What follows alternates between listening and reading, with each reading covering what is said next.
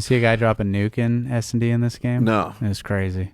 No, but I did see a guy lose a match, a round 11, because he threw his controller, because he just won. You see it? Did you see it? No. So this guy has the controller in his hand, and it's a round 11. He climbs, he comes down green, climbs on top of the jump up, and sees his opponent. The last guy that's going to go through to green and watch bomb. Yeah.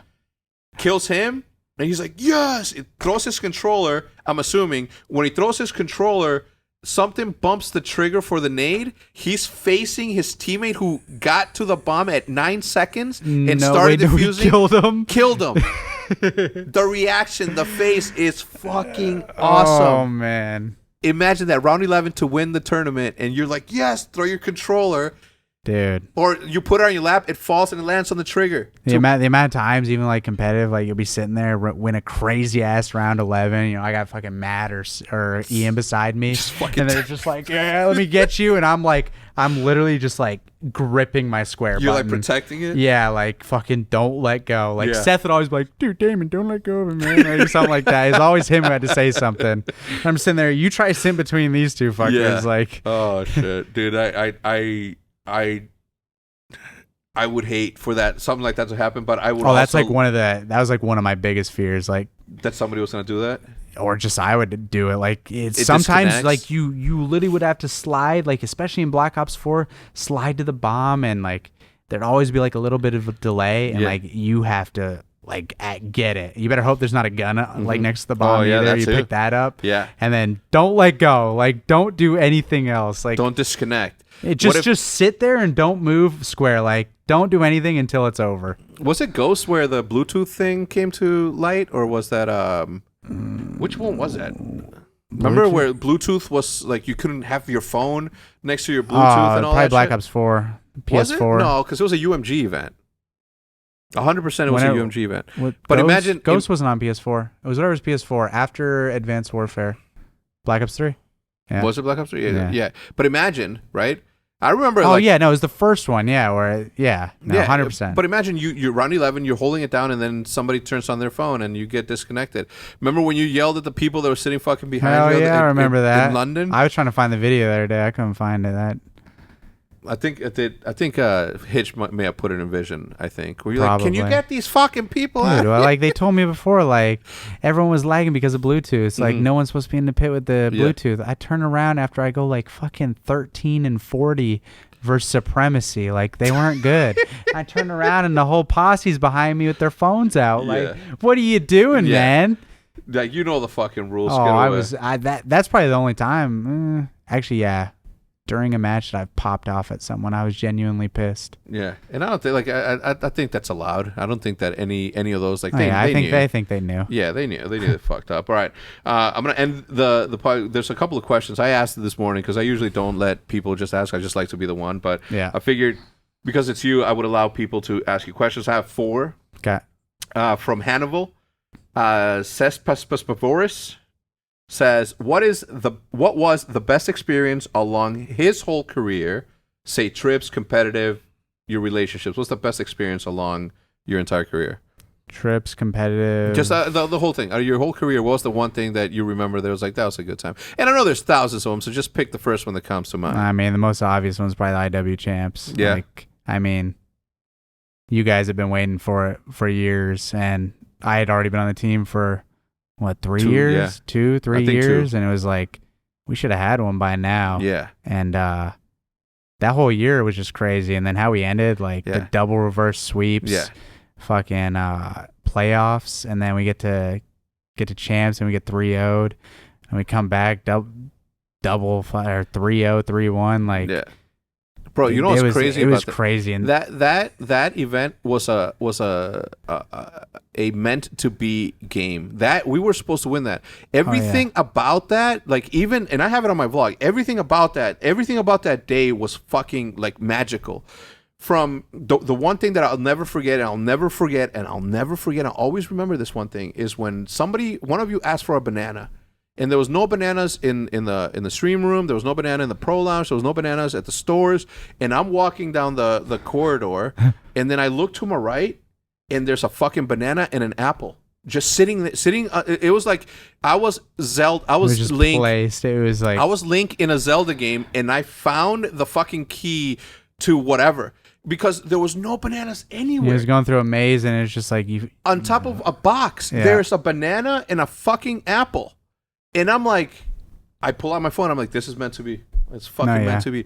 Grab the banana, give it to whoever needed it, and the whole thing was magical to me. Yeah, I mean, just that event in general, and I'd even say like playoffs too is like, you know, I've always talked like people always say like, were you guys like the best team? And I'm like, yeah, but we could have been better because we never like always were like 100% playing together, like doing nothing wrong. And those last two events, like that was peak optic. Like we weren't fucking up. Like our comms, teamwork, everyone knew like the goal on every map, every situation. And it was just like, yeah, that was one of those moments we had where everything went right. And then we did lose in winners finals. And that's probably the only time I think we all were like, what the hell just happened? Like we all like, I don't know how we just lost like that. And I think that is just like, never mind. Yeah. But that just, I mean, yeah. That was a huge turning point. It could have been fucking Krim, like, rah, rah, rah. And everyone else could just be losing their minds. But no, everyone was just like, we're still in this. And, so that's like a rare thing to happen when you get bodied that bad. That leads me to my next question. From Ricardo Lavia Concha. He says, in what of the 3 dynasty that you were a part of did you feel most valuable, or which one you felt you were more... I'm changing he to you. That's why I'm having trouble. I'm just going to read it the way you wrote it. Yeah, no, you're good. In what of the 3 dynasty he felt most valuable, of which one he felt he was more impactful in the outcomes of the seasons and champs? By the way, he was importante in the 3, of course. He's the GOAT. But I wonder, in your point of view, which one you were the most impactful in? Of the 3? Mm-hmm. Oh, sorry, I couldn't hear anything. What the hell? Of the 3, well, Ghost, everyone kind of did their thing. It's between Black Ops 2 or Infinite Warfare. I mean, Black Ops 2, I think I played pretty good the whole damn tournament, aside from last map, honestly, the Meltdown. Mm-hmm. And then Infinite Warfare, I think I played like shit all the way until Sunday, to be honest. So it might have been Infinite Warfare, because, I mean, if I don't have... Like Matt had a really good Sunday. He had a really good tournament. But if I would have played how I did probably every other match aside from winners finals versus Envy, because I actually did good, but everyone else did bad. Mm-hmm. It was kind of weird. Probably Infinite Warfare was probably the most impactful one I had, I'd say. It's probably the best Infinite Warfare I played all year. Like, I just felt untouchable. Mm-hmm. Okay, all right. Last one from Kevy. He says, I'll pitch a few. If the next Call of Duty is actually competitive, would you consider coming back? Maybe it's a coach role, if not playing. Well, right now, like I said, you know, I've told my stream this, like, I'm going to try streaming, at least till the season's over. Probably keep doing it. It's going pretty well so far. Mm-hmm. I think there's a lot of things I can do that can make it better. But I definitely would be interested in coaching. Playing though that's like a stretch. I think there's too many variables. And I know that it's just happened, right? Like your retirement literally just happened. Yeah. So retirement, it's so weird. Like I don't even like the retirement thing. It's like I still play video games. Yeah. Like, and I'm just not playing. I don't know. It is retirement, but I know what you mean. It just doesn't feel like it. Yeah. But yeah, streaming is definitely the number one priority.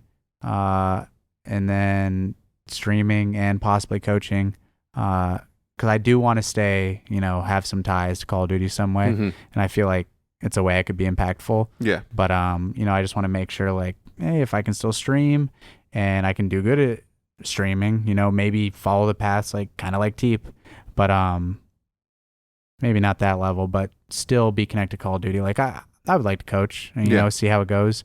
But playing is like, playing's like last resort. I don't know.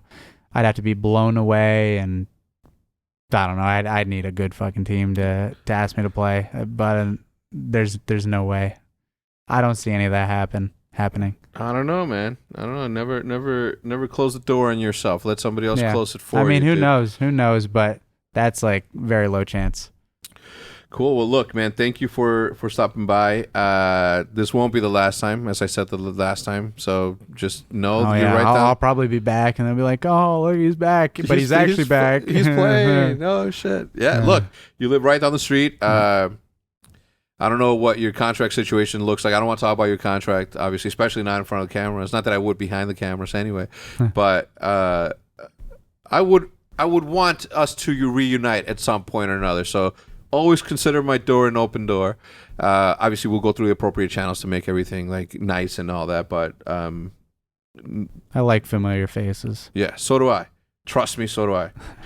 Well, yeah, thanks, man. Thanks for stopping by. Thank you. Make sure that you use some sanitizer before you go. Don't touch your eyes. A little squishy. Get a sty.